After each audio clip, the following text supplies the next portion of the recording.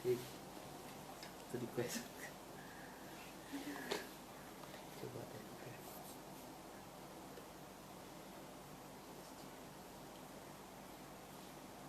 Okey.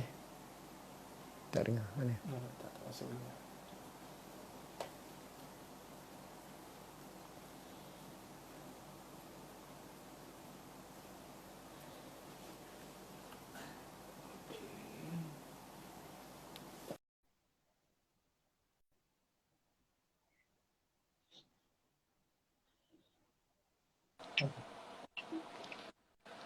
Assalamualaikum, dengar? Alhamdulillah, baru dengar. Okey. Putus pula. Okey, ni nampak Kuala Berang ni memang dia jauh sikit daripada Kuala Lumpur sebab Kuala sama Kuala kot. Okey.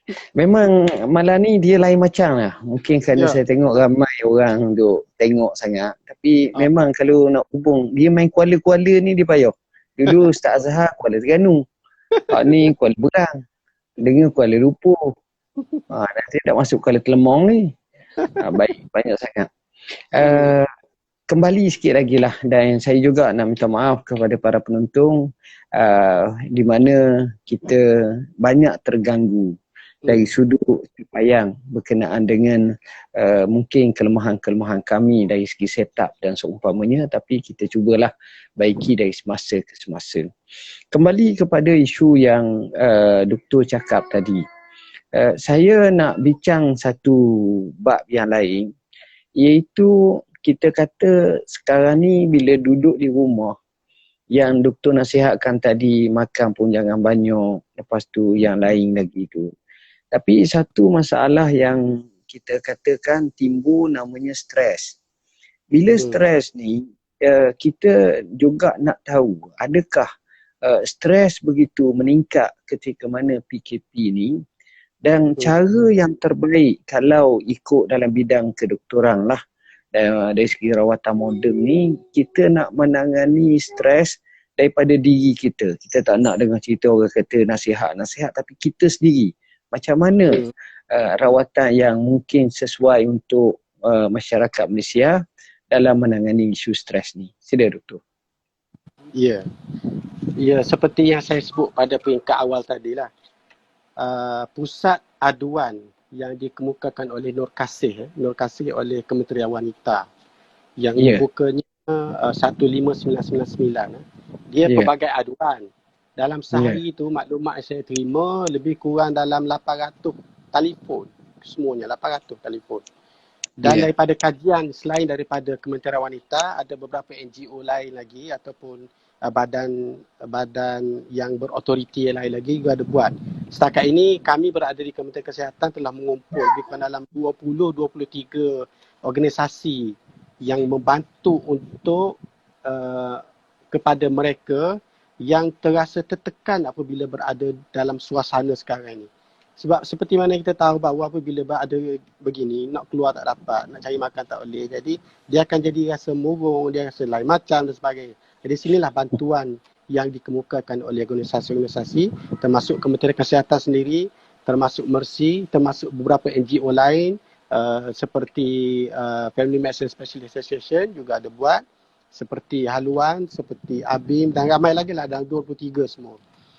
Itu dari segi sudut bantuan orang ataupun bantuan pakar, bantuan pakar. Kita sendiri macam mana? Kita sendiri. Okey. Salah satu daripada yang penting apabila kita berada dalam keadaan stres, dia ada konsep 10B. Saya pun tak nak terang kesemuanya sekali lah. Tapi antaranya lah. Antaranya kita sentiasa bercakap-cakap. Ini susah juga ni. Kita kena bercakap-cakap dalam erti kata kita express kita punya feeling. Kita memberitahu pada orang. So melalui IG ni salah satu daripada konsep juga. Kita B yang pertama adalah bercakap-cakap. Jadi biasanya saya kalau saya buat ceramah dan sebagainya, saya selalu buat lawak. Dia kata antara kebaikan seorang perempuan, kenapa dia kurang dapat sakit? Sebab kalau kita tengok umur jangka hayat bagi perempuan lebih daripada lelaki. Perempuan sekarang ni 75 point something. lelaki dalam 70 mati dah. Dia Ya. punya jangka hayat. Jadi salah satu Hmm. daripadanya lah. Wallahualam, tak Hmm. pasti sama ada kajian atau tidak. Sebab perempuan suka cakap-cakap. Erti Hmm. kata kot Terengganu panggil ngepek. Hmm. Satu terapi. Tapi kalau kata gitu, kau kata ni nasihat pakar pula suruh ngepek acak-acak. Masalahnya, Ya. kalau ngepek ni, suami lah pula stres. Masalah juga macam tu. Betul juga. Betul. Jadi, Hmm. dia kalau konsep kaunseling, Hmm. bagi seorang kaunselor, kalau orang mengadu kepada dia, dia panggil list, dia hanya boleh, dia mendengar yang baik. Dia panggil pendengar yang baik. Dia panggil good listener. Dia kaunselor ni, doktor dan sebagainya, apabila orang tu stres, murung dan sebagainya, jumpa kat klinik, dia hanya mendengar. Dan dia memberikan beberapa impas positif yang mengiyakan. Oh, Ya. begitu lah. Begitu ke? Kalau saya, tak boleh tahan tu. Maksudnya dia doktor tak banyak cakap. Tapi yang cakap lebih adalah pesakit itu sendiri. Dan dengan sini, melalui kaedah bercakap ini, dia telah mengeluarkan dia punya perasaan dia. Dia keluarkan apa yang tak ada dalam dada dia, keluar. Ada pula lepas keluar daripada bilik doktor, oh lega. Lega. Sebab telah express everything. Selain daripada tu, B yang lain adalah kita kena bersenam. Tapi itulah PKP ni susah juga. Kecuali dalam rumah. Ya. Ataupun kita kita melihat sesuatu yang membahagiakan. Dalam dunia ni apa yang boleh membahagiakan kita bila kita lihat? Mungkin Al-Quran salah satu daripadanya. Kita baca Quran. Ataupun kita lihat pada pemandangan di luar, yang hijau kat luar. Itu membahagiakan. Ataupun kita melihat alim ulama yang kita selalu sayang ke dia. Kita tengok dia. Dan kita dengar ceramah dia. Ini salah satu daripada untuk kita panggil self-therapy apabila kita berada dalam keadaan yang stres. Apabila berada di rumah. Okey, itulah. Secara umumnya nak sebut 10 tu, panjang pula lah. Faham. Yeah, Okey, saya nak tambah sikit apa yang doktor cakap tu. Di mana JAKIM, kita telah mengadakan kerjasama dengan melalui kementerian saya lah, Jabatan Perdana Menteri Hal Ehwal Agama JAKIM. Kita telah mengadakan kerjasama dengan Kementerian Wanita, Kementerian Perumahan, dan mungkin kita libatkan 2-3 kementerian lain, iaitu kita ada MyCare.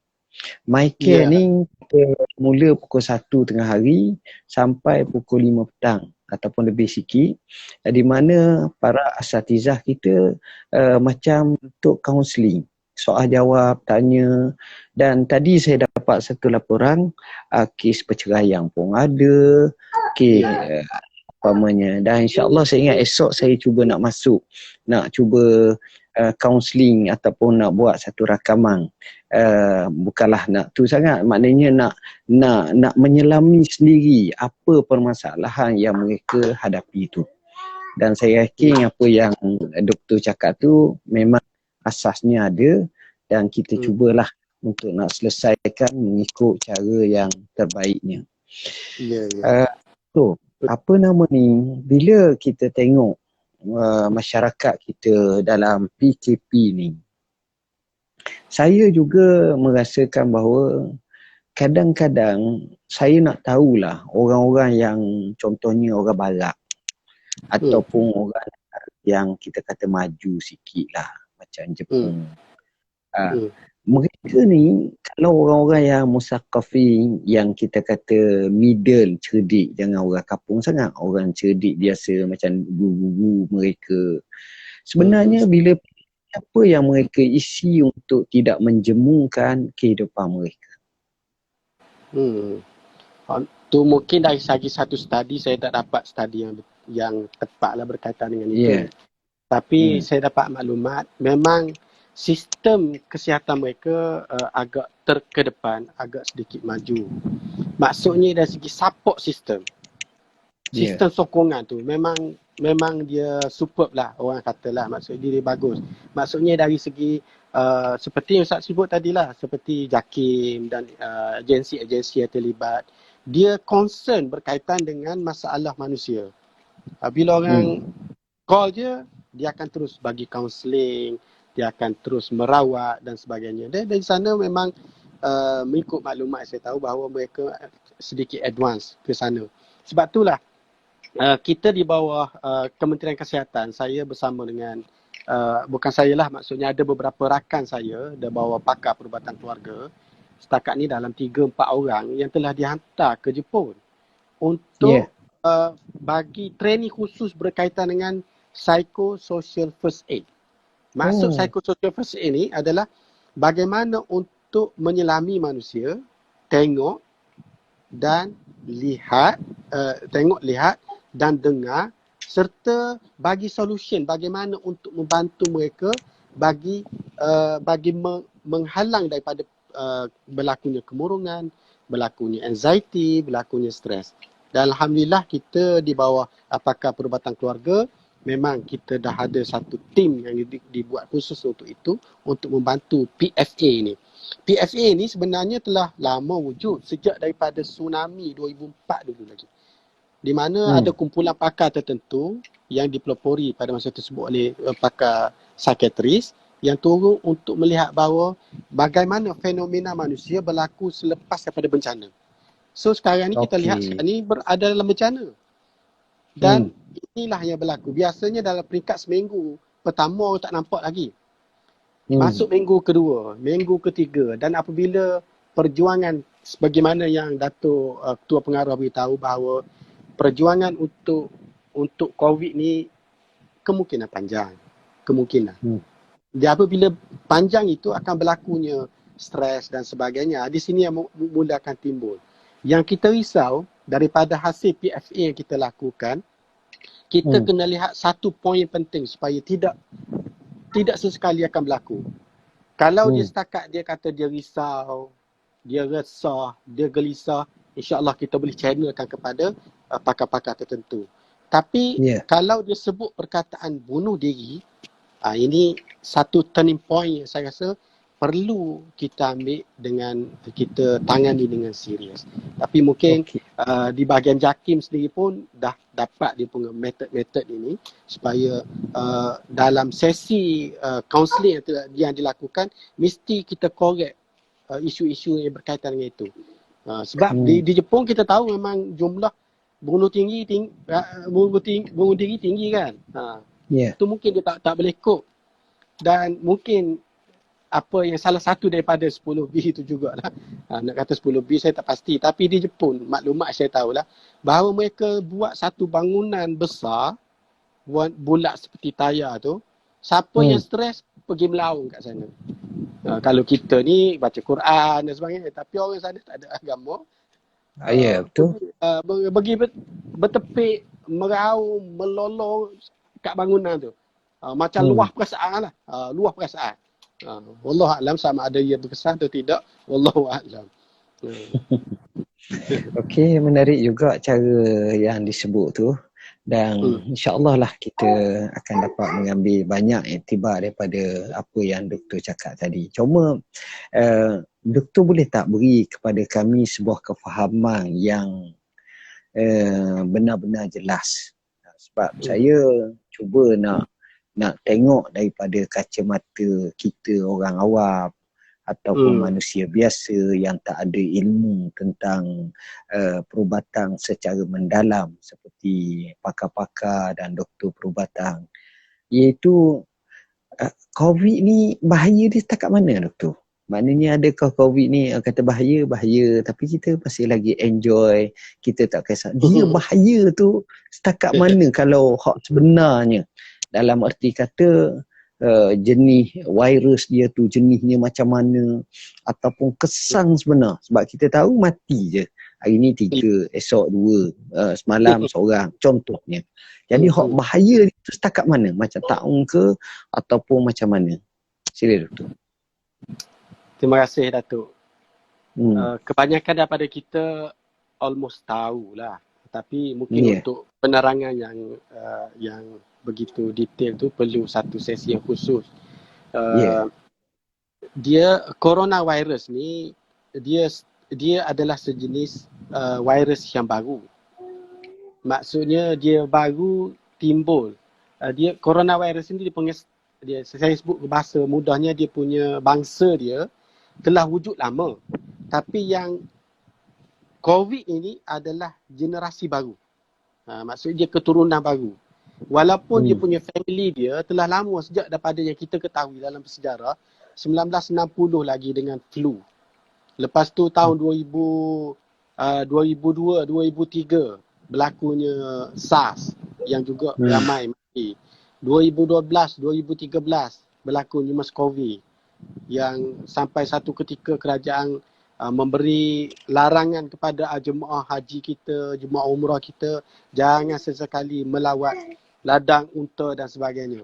Dia adalah satu family Coronaviridae yang sejenis virus yang boleh menyerang manusia melalui binatang. Tapi pada tahun 2019 keluar ni yang kita panggil nCoV. Pada peringkat awal dulu kita panggil Novel Coronavirus 2019. Tapi setelah itu WHO telah ubah nama kepada COVID untuk memudahkan penyelarasan. Dan kita dapati bahawa ia adalah salah satu daripada keturunan yang dah ada dulu tapi dia telah bermutasi. Bermutasi kepada bentuk yang baru. Contohnya ginilah, kalau dulu ada 8 tangan, sekarang dia jadi 16. Contoh.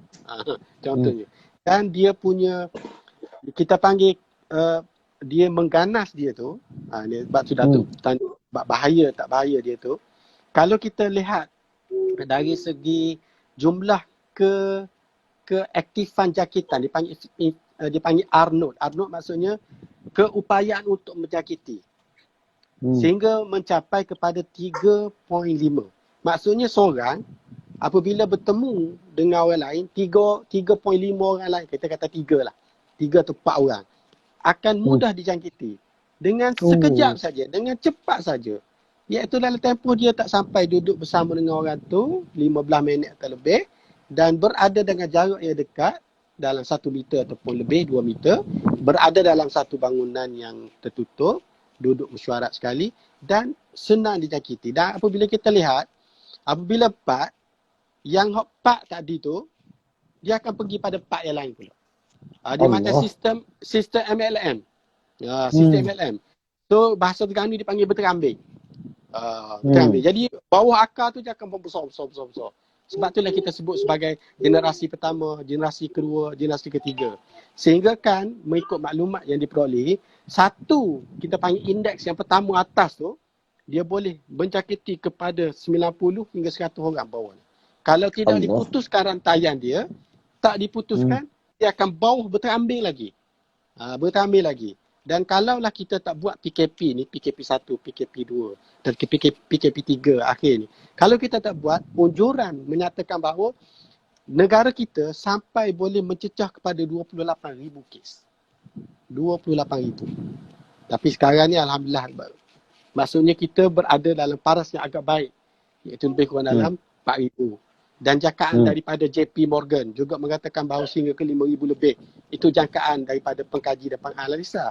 Dan apabila kita lihat data-data yang berada dalam negara kita sehingga ke petang tadi, mencecah kepada 8,000, mencecah kepada 4,000 lebih.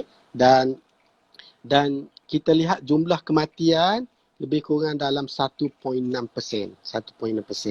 Dan dilihat juga tadi bahawa jumlah yang sembuh lebih tinggi daripada jumlah yang mati. Ataupun jumlah yang sembuh lebih tinggi daripada jumlah yang dikatakan kes baru. Ini satu petanda yang agak baik.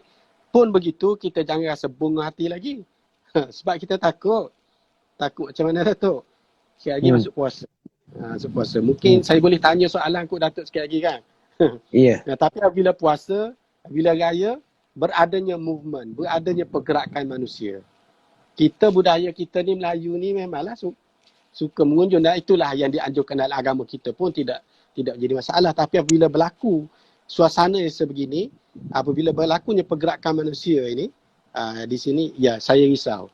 Saya risau. Wallahualam, takut-takutnya dia akan menjadi kluster-kluster baru pula. Kluster raya, kluster balik kampung dan sebagainya. Yang ni akan merisaukan kita dan boleh menyakiti manusia dengan begitu cepat sekali. Dan ialah everyday kita boleh tengok bahawa jumlah kematian ada walaupun 1-2 tapi boleh membimbangkan kita jugalah Datuk. Okey. Mungkin sikit soalan, kenapa macam negara Amerika tu kita tengok begitu banyak sangat berlaku tu. Ni luaran lah untuk kita faham. Ya. Kematian jangkitan sampai 1/2 juta. Saya bukan nak menuduh mereka, tapi kalau kita lihat kepada contohnya di Itali, begitu juga di Amerika dan negara-negara yang kita lihat banyak di UK dan sebagainya. Spanyol. Bukan untuk walaupun kita lihat bahawa mereka negara yang agak maju, sistem kesihatan mereka agak ke depan, tapi itulah dari segi kepatuhan untuk berada di rumah tu tidak ada. Dan kita lihat sendiri dah video dan sebagainya daripada sana. Mereka seolah-olah macam tak setuju apa yang diarahkan oleh kerajaan untuk duduk di rumah supaya tidak ada pergerakan. Sebagaimana kita tahu bahawa COVID ni, dia punya jangkitannya apabila persentuhan fizikal ataupun duduk berada dekat dan sebagainya. Jadi sebab itulah matlamat utama dia adakan PKP ni adalah untuk memutuskan rantaian pertemuan fizikal itu. Jadi sekarang ni kat sana ada di kalangan mereka yang sampai, saya tak ingat ada negara mana sampai buat demonstrasi marah kerajaan kerana buat lockdown sampai ke tahap tu. Sedangkan kerajaan buat tu untuk membantu mereka supaya memutuskan rantaian, tapi mereka marah. Sebab apa? Sebab COVID ni kita tak nampak. Makhluk halus. Kita tak nampak. Jadi apabila tak nampak tu, jadi mereka pandang rendah, pandang remeh. Dia kata kerajaan buat ni saja-saja je. Tapi kita lihat sendirilah jumlah dalam negara mereka meningkat dengan begitu mendadak sekali. Akibat daripada mungkin kepatuhan kepada lockdown ataupun PKP yang dilaksanakan oleh seluruh negara. Dalam 187 buah negara kesemuanya, kita lihat kebanyakan majoriti pada negara melaksanakan apa yang dilaksanakan oleh kerajaan kita. Dan kita agak terkedepan, alhamdulillah, melaksanakan dengan lebih cepat serta menyambung ke beberapa PKP lain lagi supaya kita boleh lihat bahawa betul-betul memutuskan rantaian jangkitan itu berlaku dalam masyarakat. Yang kita risau sekarang ni, Datuk, sekarang ni kita boleh seperti yang saya sebut tadi kan, kita macam sistem piramid kan. Maksudnya kita tahu bahawa si A ni contohnya kes 1380 contohnya. Dia ada kaitan dengan kes nombor berapa. Maksudnya kita boleh jejak dia. Kita boleh jejaki. Yang kita risau sekarang ni, kes yang kita tak boleh jejak. Kita tak tahu dari mana. Yang ni kita risau. Yang tu kita risau. Setakat ni alhamdulillah Kementerian Kesihatan boleh menjejaki sebab kita punya inspektor kesihatan, pejabat kesihatan daerah memang tak tidur malam cari orang ni sampai bantuan polis dan sebagainya untuk betul-betul jejak. Betul-betul jejak kes-kes ini. Okey, apa nama ni, bila kita sebut tentang penyakit yang cukup berbahaya ini, dia simptom yang paling nombor satu yang paling jelas untuk nak tahu dia COVID ni macam mana? Definisi kita 4. Yang pertama demam, batuk sesema, sakit tekak, sesak nafas. 4 ni. Ada tanda 4 ni dan dia kontak dengan orang positif ataupun dia balik daripada luar negara, kita kira dia sebagai orang yang disyaki yang perlu dijalankan saringan. Kita buat saringan tu maksudnya kita ambil swab hidung ke dalam, bukan hidung saja, ke dalam tu. Dalam hidung dan dalam mulut kerongkong dalam tu. Mungkin saya tanya teruslah Datuk dia punya hukum. Ramai orang tanya saya sekarang ni, hukum sikit lagi nak puasa sikit lagi boleh tak buat saringan tu? Batal puasa ke tak batal puasa? Aku satu isu juga tanya, mungkin Datuk kena jawab juga tu. Ni apa ni, kita tengok mufti lah, kita tanya mufti. Saya sendiri pun insya-Allah akan buat lagi apa nama ni muzakarah fatwa kebangsaan insya-Allah dengan cara conference sekarang ni dan tebarkan masalah-masalah moden yang berlaku tentang COVID ini supaya kita dapat selaras. Saya tak nak maknanya hak ni kata boleh, hak ni kata tak boleh, macam pengalaman biar kita sekalikan insya-Allah. Ya, biar selaras lah. Sebab ramai dah duk tanya saya. Saya kata kena tanya mufti dulu lagu mana. Sebab beri saya dalam masa tak lama lah, mungkin dalam sebelum puasa, seminggu dua kita cuba jawab semua lah isu-isu berkenaan ni. Doktor, apa nama ni, sebenarnya saya ni banyak nak tanya, tapi kadang-kadang tu masa yang tak mengizinkan. Cuma mungkin doktor boleh tanya saya satu dua soalan sebelum kita pergi kepada penutup. Sila doktor. Ya, soalan pertama tadi dah keluar dah tu, yang pertama tadi. Ya. Yang kedua dari segi isu mungkin dah jawab, tapi mungkin kita ni sebagai berada di barisan harapan ni, kita kadang-kadang kita pakai pakaian tu dalam keadaan yang agak lama dan kadang-kadang dia melangkaui waktu semayang. Waktu semayang dan juga ambil semayang dan sebagainya. Jadi itu pun ada juga orang tanya yang berkaitan dengan yang demikian. Mungkin Datuk boleh bagi penjelasan ataupun dah ada penjelasan kot daripada Mufti. Masalah tu kita masih lagi prefer secara umumnya setakat yang dia mampu. Kalau dia masih lagi boleh ambil air semayang, dia masih lagi boleh tayamum, dia buat dulu. Melainkan memang tak dapat sungguh dah, maka itu soal lain. Cuma bila saya tadi saya pergi dekat dengan gelandangan atau kita panggil istilah kita rakan jalanan. Satu istilah yang kita bersama santuni mereka. Memang kita pakai pakaian tu memang kita terasa satu panas, satu kurang selesa macam biasa, nak menapah, nak bergiang. Tapi itulah bila saya pakai walaupun kurang daripada setengah jam, saya terasa cabaran mujahadah frontliner di kalangan staf hospital ni sepatutnya kita salut lah. Kita tabik. Kita kata jazakumullahu khairal jazak. Cuma kalau kita bolehlah seumpamanya bagi saya pagi-pagi kalau kita mula kerja, nombor satu kita ambil air semayang lah dulu. Ambil air semayang dulu dengan sebaiknya. Kalau kita masuk pukul 9 ke pukul 8 ke, tengoklah waktu macam mana saya tak tahu. Ambil air semayang dulu, kalau perlu qada hajat apa semua sekali. Lepas pada tu kalau masuk saja waktu zuhur, maka ada pandangan kata boleh solat jamak. Kita tu solat jamak lah. Itu sekurang-kurangnya. Ada pun waktu maghrib dengan isyak, itu waktu yang kita boleh solat jamak takhir. Kita boleh pakai pakaian biasa balik lah lepas pada tu. Ini kalau keadaan macam tu. Maknanya saya bukan apa, nak pegang apa yang Allah SWT sebut, fattaqullah mastata'tum. Takwalah kamu kepada Allah kadar kamu mampu. Tapi kalau dah tak ada, mungkin di sana kita boleh tengoklah beberapa fatwa-fatwa yang lain. InsyaAllah itulah yang saya rasa lebih tenang pada jiwa. Ya.